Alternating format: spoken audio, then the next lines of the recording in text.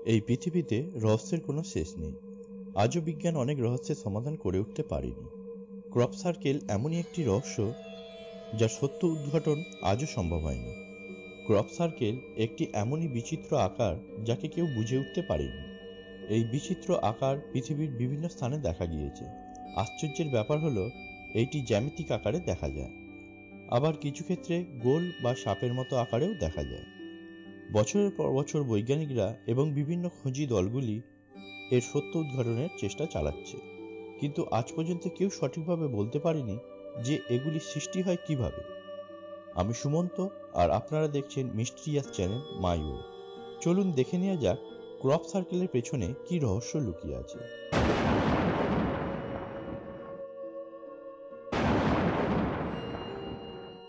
Crop circle পৃথিবীর সেই সমস্ত রহস্যের মধ্যে একটি যা আজও রহস্যই হয়ে রয়েছে। সবার প্রথমে আপনাদের জানিয়ে দিই ক্রপ সার্কেল আসলে কি। ক্রপ সার্কেলকে আপনারা একটি ডিজাইন বলতে পারেন যা শস্য ক্ষেতের মধ্যে নিজে থেকে সৃষ্টি হয়ে যায়। এইগুলি বেশিরভাগ ভুট্টা, যব ও গম এই সমস্ত শস্য ক্ষেতের মধ্যে এক রাতের মধ্যেই সৃষ্টি হয়ে যায়। সর্বপ্রথম ক্রপ সার্কেল দেখা যাওয়ার ঘটনাটি সামনে আসে 1970 সালে ইউকেতে। এরপর থেকে ক্রপ সার্কেল দেখা যাওয়ার ঘটনা বাড়তে থাকে। এখন পর্যন্ত হাজারেরও বেশি ক্রপ সার্কেল দেখা যাওয়ার ঘটনা সামনে এসছে। কখনো এই আকার রাস্তার পাশে দেখা গিয়েছে, আবার কখনো তা বিশাল বিশাল শস্য ক্ষেতের মধ্যে। যখন প্রথম এই সমস্ত ঘটনা সামনে আসে তখন সবাই মনে করেছিল এইগুলি মানুষের দ্বারা সৃষ্টি, আর কোনো চালাক মানুষই এইগুলি তৈরি করছে। কিন্তু পরে বৈজ্ঞানিকরা পরীক্ষা করে জানান এই সমস্ত আকৃতি বানানো মানুষের দ্বারা প্রায় অসম্ভব। মানে এক রাতের মধ্যেই কোনো মানুষ এত সঠিক জ্যামিতিক আকার কিভাবে বানাতে পারে।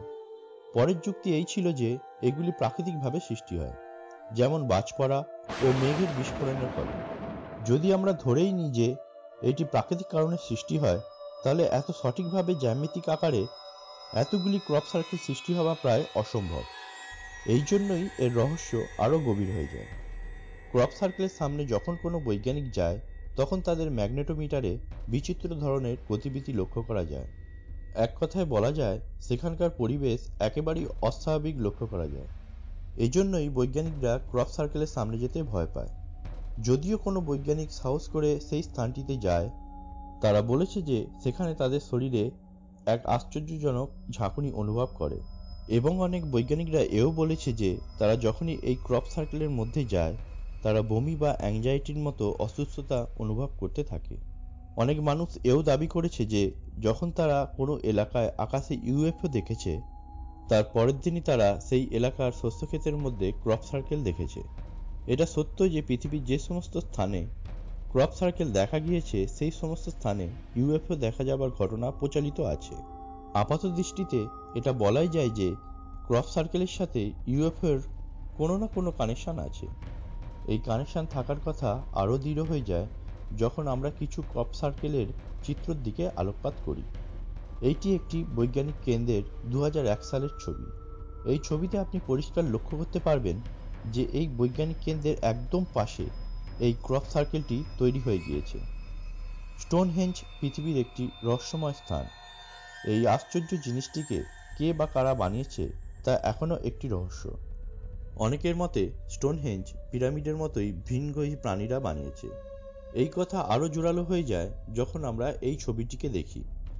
ছবিতে আপনি পরিষ্কারভাবে দেখতে পাচ্ছেন যে একটি ক্রপ সার্কেল একদম স্টোনহেঞ্জের পাশে তৈরি হয়ে গেছে, আর এই ক্রপ সার্কেল এক রাতের মধ্যেই সৃষ্টি হয়েছে। কে এই ক্রপ সার্কেল বানিয়েছে তা কেউ দেখতে পায়নি। এত বছর পরেও এই রহস্যের কেউ সমাধান করতে পারেনি। এই সমস্ত তথ্যকে এক জায়গায় জড়ো করে কিছু বৈজ্ঞানিকরা এই সিদ্ধান্তে এসছে যে এই সব আকার পরগ্রহী প্রাণী দ্বারা নির্মিত। এখন পর্যন্ত সবচেয়ে গ্রহণযোগ্য যুক্তি হলো যে যখন পরগ্রহী প্রাণীরা তাদের বড় বড় স্পেসশিপ নিয়ে পৃথিবীর বুকে নামে এবং তারা যখন ফিরে যায় তখন তাদের স্পেসশিপ পৃথিবীর বুকে এই সমস্ত ছাপ ছেড়ে যায়। স্পেসশিপের যেরকম আকার হয় সেই অনুযায়ী ছাপ তারা পৃথিবীর বুকে ছেড়ে যায়। কিন্তু এই তথ্য কতটা সত্য বা সঠিক তা কেউ বলতে পারবে না। এটি শুধুমাত্র একটি যুক্তি যা পরগ্রহী প্রাণীদের উপর বিশ্বাস রাখা মানুষেরা বার করেছে।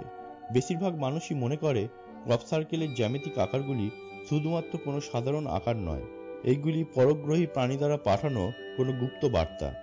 এই ছবিতে যে আকার আমরা দেখতে পাচ্ছি, যা একটি স্পেসশিপের মতোই দেখাচ্ছে, বলা যেতেই পারে এই ক্রপ সার্কেলটি পরগ্রহী প্রাণীদের স্পেসশিপ দ্বারা সৃষ্টি।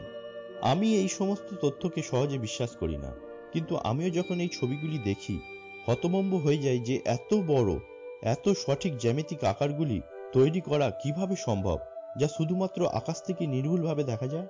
আপনারও কি মনে হয় এই ক্রপ সার্কেলগুলি পরগ্রহী প্রাণী দ্বারা নির্মিত? নিচে কমেন্ট বক্সে আপনার মূল্যবান মতামতটি অবশ্যই জানান। আজ এই পর্যন্তই। আশা করছি ভিডিওটি আপনাদের ভালো লেগেছে। যদি ভিডিওটি ভালো লেগে থাকে তাহলে ভিডিওটিকে লাইক করুন, আর যদি এখনো চ্যানেলটি সাবস্ক্রাইব না করে থাকেন তাহলে প্লিজ সাবস্ক্রাইব করে পাশে থাকুন। আমরা এই ধরনের রহস্যময় ভিডিও দিতে থাকবো এই চ্যানেলটিতে। আবার দেখা হবে পরের ভিডিওতে। এখন তবে আসি।